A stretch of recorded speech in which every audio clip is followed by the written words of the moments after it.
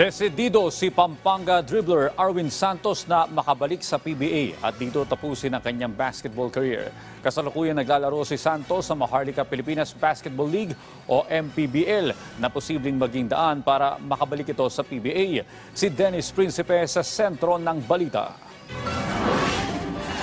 Malaki ang tsansa na maglaro muli sa PBA si dating most valuable player Arwin Santos. Isa sa tinitignan ni Santos na koponan ng kanyang paglalaruan ay ang Converge Fiber Xers. Ito'y dahil may close connection si Pampanga Governor Dennis Pineda kay Converge owner Dennis Uy. Minsan na ding na-nominate ng Converge si Pineda bilang kanilang bagong board representative ng PBA na binaril naman ng liga. Kasalukuyan naglalaro si Santos sa Pampanga Giant Lanterns kung saan head coach si Pineda. Sa totoo lang ang kontrata ko rito, kumbaga ang usapan namin ng tatataya ko, hindi pala kontrata. Matulungan ko siya na hanggang sa mag-champion ang team na to. Yun after nun, maraming pwedeng mangyari. Pwede kong maisip o pwede kong ipakita na gusto ko pa maglaro sa PBA. Dahil free agent naman ako, nandiyan ang Converge.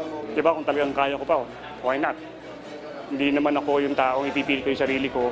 Hindi ko naman kayang makipagsabayan ulit sa PBA, di ba? Kaya ako lang, ang binabasihan ko lang naman yung health ko eh.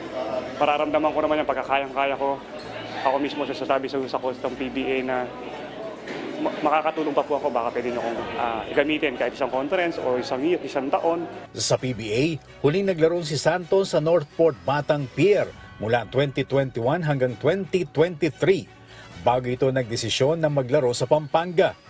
Kuminang ang karir ni Santos nang maglaro ito ng 12 seasons sa San Miguel Beer kung saan nakatikim ito ng 9 na PBA titles at isang Most Valuable Player trophy noong 2013. Hindi, pero kung ako tatanungin, makabalik pa rin sa San Miguel, makapag-retire ako sa San Miguel. Yun ang pinag-usapan namin ng tatataya ko. Sana magkaroon ng pagkakataon.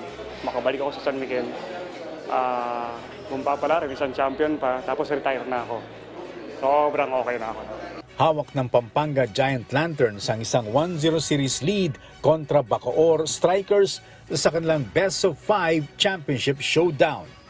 Ang Game 2 ng MPBL 5th Season National Title Series ay magaganap mamayang alas 7 ng gabi sa Brenzy Giao Convention Center sa San Fernando, Pampanga. Dennis Principe para sa Bayan.